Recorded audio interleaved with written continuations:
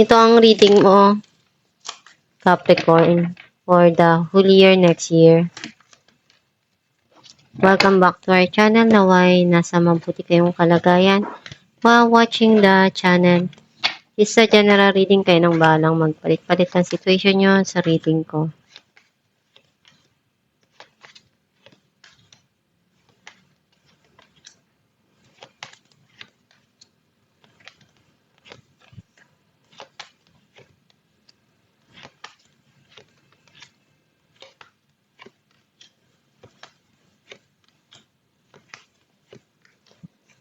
At the bottom of the deck, 5 of Cups. This is January, February, March, April, May, June, July, August, September, October, November, December. I feel like ang nasisense ko na energy mo, andun yung mga bagay na iniisip mo yung mga nangyari or nawala sa'yo. Hindi mo na nakikita yung mga dumarating na bago sa buhay mo kasi yung attention mo andun sa mga bagay na nawala na. Binabalik-balikan mo yon kasi nanghihinayang ka, bakit nawala yun, bakit nangyari yun.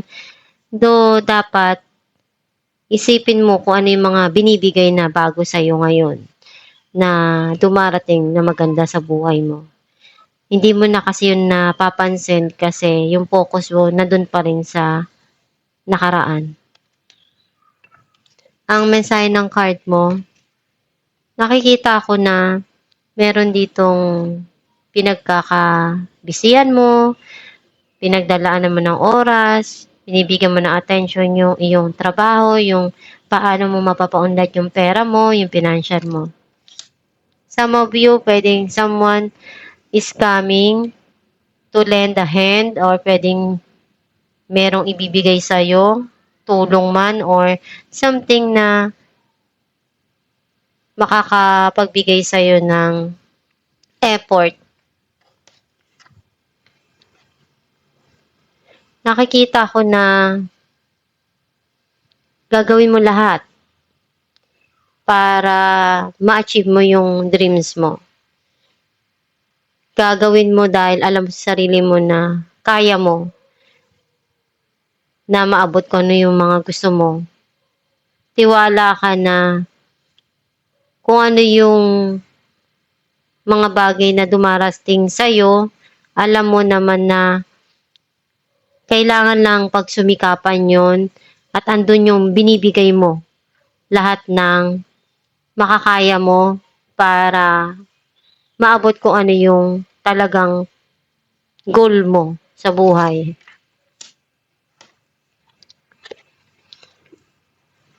Tinutulong mo rin kung ano yung meron ka.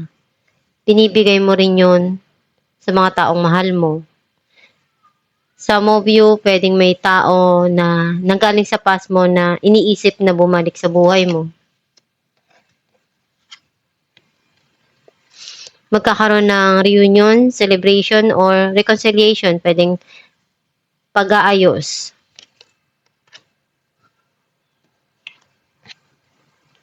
May mga dreams ka pa na nare-realize mo na gusto mong maabot sa buhay, na kahit mahirap gagawin mo lahat. Kasi ayun yung nakatatak sa puso mo eh. Ayun yung iniisip mo palagi. At iniisip mo kung paanong paraan yung magagawa mo doon. Nagkaroon ng end yung situation. May new beginning na papasok dito. Yung transformation, changes sa buhay mo.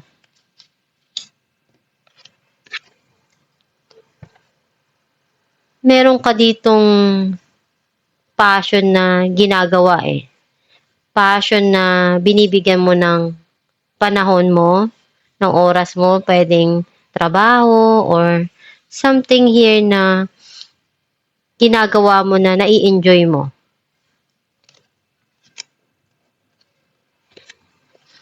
Andun yung pagsusumikap mo sa trabaho mo and lahat naman ng pagsusumikap at the end, mag-paid off yan. Iniisip mo kung ano yung pwede mong i-invest pwedeng sa effort, time, pwedeng mag-invest sa financial, business, everything na around your financial, pwedeng sa trabaho, career, kung paano mo mapapaunlad, paano ka mas kikita. Nandun yung desire mo na maabot yung mga dreams mo. At inaalam mo kung ano yung pwedeng magawa mo pa doon para ma-achieve mo yung success na gusto mo.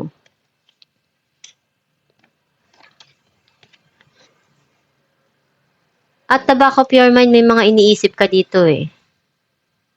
Iniisip mo palagi kung ano yung pwede mong magawa pa. Kung ano pa yung mga bagay na kulang pa. Some of you, you're keeping a secret.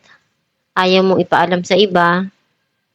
Kasi pwedeng makasira sa plano mo or hindi maging maganda yung resulta.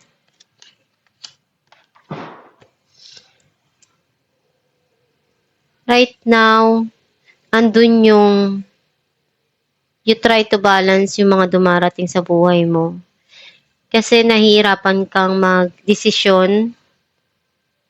Kung hindi ka pa handa, wag mo munang pagdesisyonan right now para hindi mo pagsisihan sa huli kung ano yung mga bagay na magiging desisyon mo doon. Kailangan mong pag-isipan ng malalim. Clarify natin ang Knight of Pentacles, Six of Pentacles, and the Empress. Nakita ko na meron ka ditong tao na nare-realize niya ngayon na iba ka, na nasa iyo na yung lahat na hinahanap niya. Gusto niyang magmakaawa, gusto niyang ibigay yung tama para sa'yo. Some of you pwedeng gagawin mo yung lahat ng pagsusumikap dahil alam mo sa sarili mo na deserve mo yon. And may mga bagay dito na darating para sa'yo na blessing dahil pinaghirapan mo. Clarify natin ang The Magician, Three of Cups, and the High Priestess. Meron ka dito na kailangan mong pakinggan yung sarili mo kasi yung kutob mo, yung intuition mo, nagiging malakas, nararamdaman mong makakamit mo rin yung tagumpay na gusto mo kasi andoon yung merong celebration na mangyayari or pwedeng reunion or magkikita, magkakaayos. But you keep it to yourself. Clarify natin ang Six of Cups or something here na gusto mong gawin pero pinag-iisipan mo ng malalim. Nine of Cups and Nine of Pentacles. Itong taon na to, yung past mo, nakikita niya na ikaw yung isa sa mga pangarap niya. Pero nakikita niya na masaya ka na sa kung ano yung meron ka.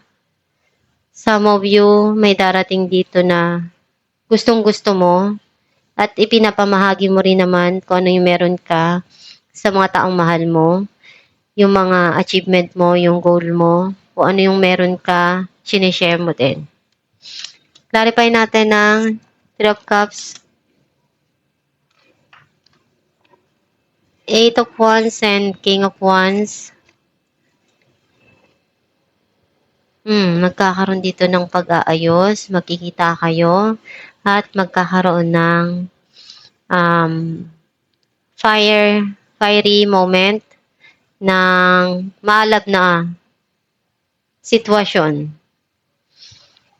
And itong taon na to, hindi siya basta-basta. Gagawin niya lahat ng makaya niya.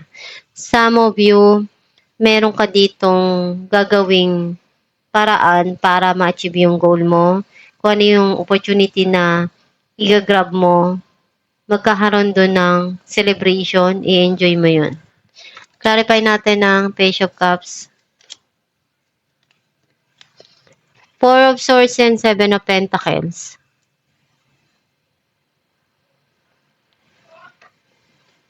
Nakikita ko na marami kang pinagdarasal dito eh. Andun yung may mga bagay na binigay mo. Pinaglaanan mo, pero walang bumalik. At iniisip mong maigi kung ano yung pwede mo pang magawa dun. Kasi sometimes may mga bagay na nasasaktan ka kasi hindi bumabalik sa'yo. At nananahimik ka lang. Gusto mo lang na magdasal kung kailan ba matatanggap mo kung ano yung para sa'yo. Clarify natin death. King of Cups and Seven of Swords. Itong tao na to, may darating na pagbabago sa buhay niya. And nakikita ko na meron siyang gustong subukan. Andun kasi yung pagmamahal na nakikita ko. Either yung past person mo to or ikaw na may mga bagay kang gustong subukan na mabago sa buhay mo. Clarify natin ang Knight of Wands. Four of Wands and Temperance.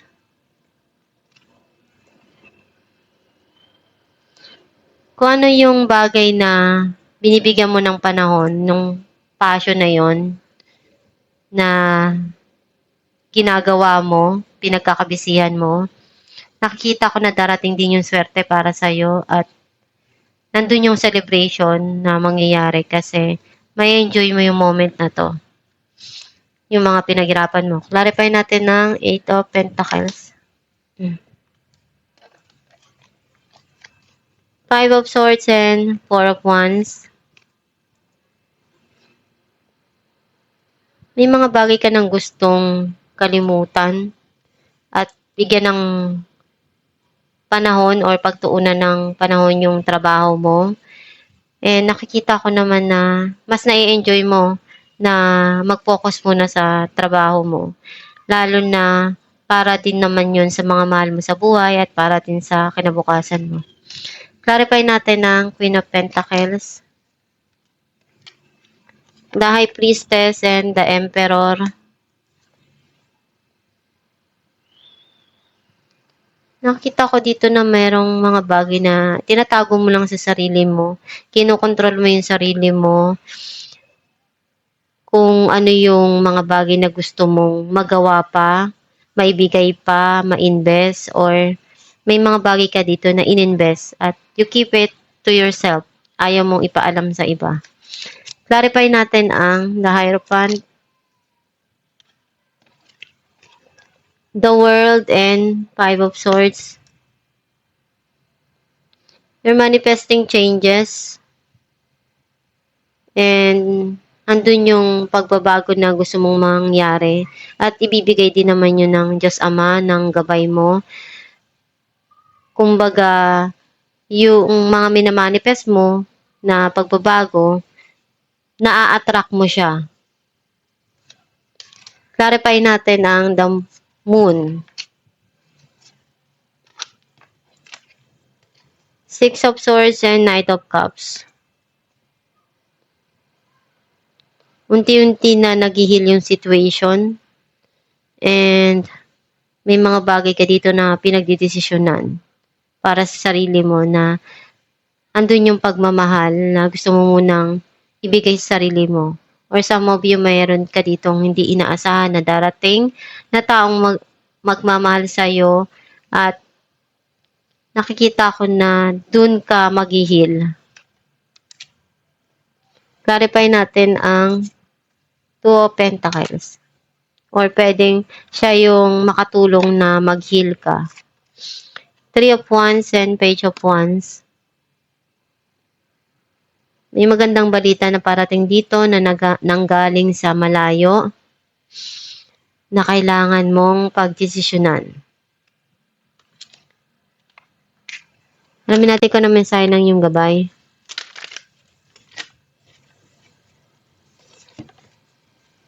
Be honest with yourself. Look into your heart and you will know the truth of the situation. It's safe to admit the truth to yourself, for we will support and guide you through any necessary changes. Lean upon us for courage and the strength in take good care of yourself. Focus only upon your true desires and they will come to you upon angel's wings. Ang mensahe ng iyong gabay na maging totoo ka lang sa sarili mo, sa mga pangarap mo. Isipin mo lang sa iyong puso na kung ano yung katotohanan sa mga bawat sitwasyon na dumarating sa iyo na binibigay ng Diyos Ama ay kaya mong malagpasan yun. Dahil yung mga binibigay sa yung pagsubok, yung may rason yun kaya binigay sa iyo, may mga dapat kang matutunan. Kaya safe yun na mangyari or gawin mo yung makakaya mo doon. Kasi once na malagpasan mo yung pagsubok na yun, mas maraming blessing naman yung darating sa'yo. Basta magdasal ka lang palagi para malagpasan mo yung mga pagsubok na dumarating sa buhay mo at makayanan mo yung mga pain na pinagdadaanan mo. Also na yung pagdarasal, mas maganda yung connected ka palagi kay God para mas maganda yung ma-attract mo na dumating sa buhay mo. At itong yung reading, Capricorn, kung nakaresonate ka, kindly comment down below. Thank you for watching.